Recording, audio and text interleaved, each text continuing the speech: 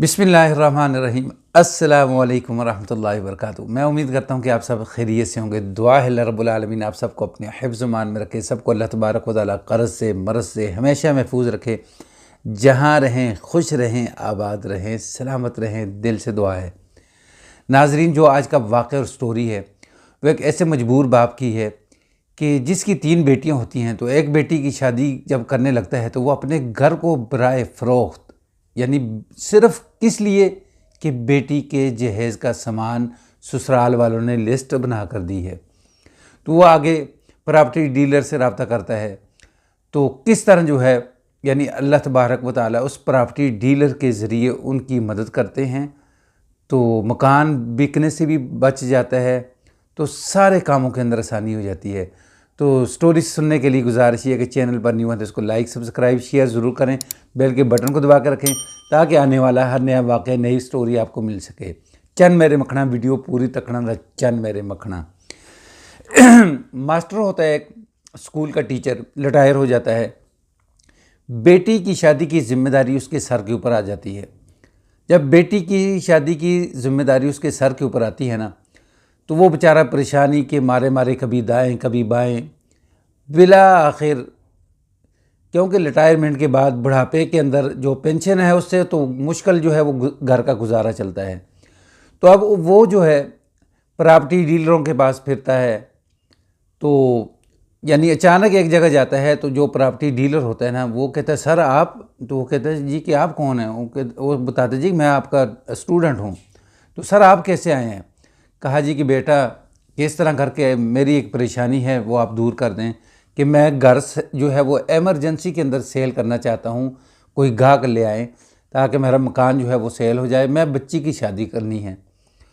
तो वो अब देखते हैं कि अच्छा जी कहाँ बच्ची का रिश्ता किया आपने। वो बताता है कि फ़लाँ जगह पे। अच्छा ठीक है। प्रॉपर्टी डीलर के पास जो लड़का होता है ना, यानी वो आता जाता रहता है प्रॉपर्टी के सिलसिले के अंदर।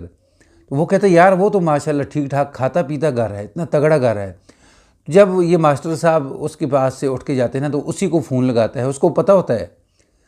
तो वो अब कहता है, मास्टर ने कहा कि आप इनको जानते तो नहीं। वो लड़का कहता है नहीं मैं नहीं जानता इनको। तो अब उसको फ़ोन करता है कि जनाब आ जाएं कि फ़लाँ एक मकान है, लोकेशन बड़ी अच्छी है और बड़ा ही मुनासिब कीमत के अंदर मिलने वाला है। वो गाड़ी के अंदर आता है। आकर जब वहाँ जाते हैं तो उस घर के बाहर ब्रेक लगाते हैं तो कहते हैं ये घर है।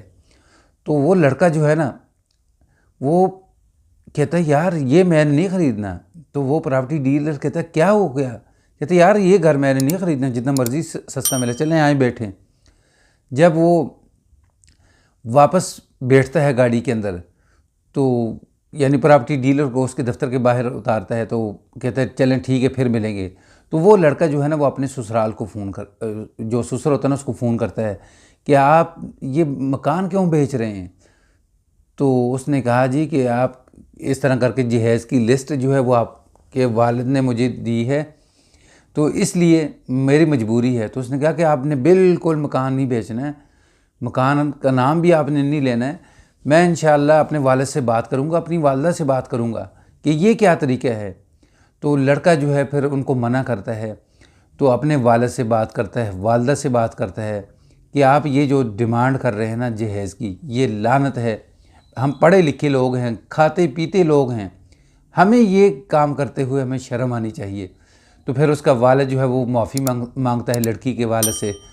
तो कहते हैं कि जी जो आपकी हैसियत है, हम तो कोशिश ये करेंगे कि निकाह जो है वो मस्जिद के अंदर बैठ कर करें, वहीं जो है वो हल्का फुल्का जो आपकी तरफ से कुछ दिया जाए ठीक है, वरना हम यानी ऐसे आ जाएंगे।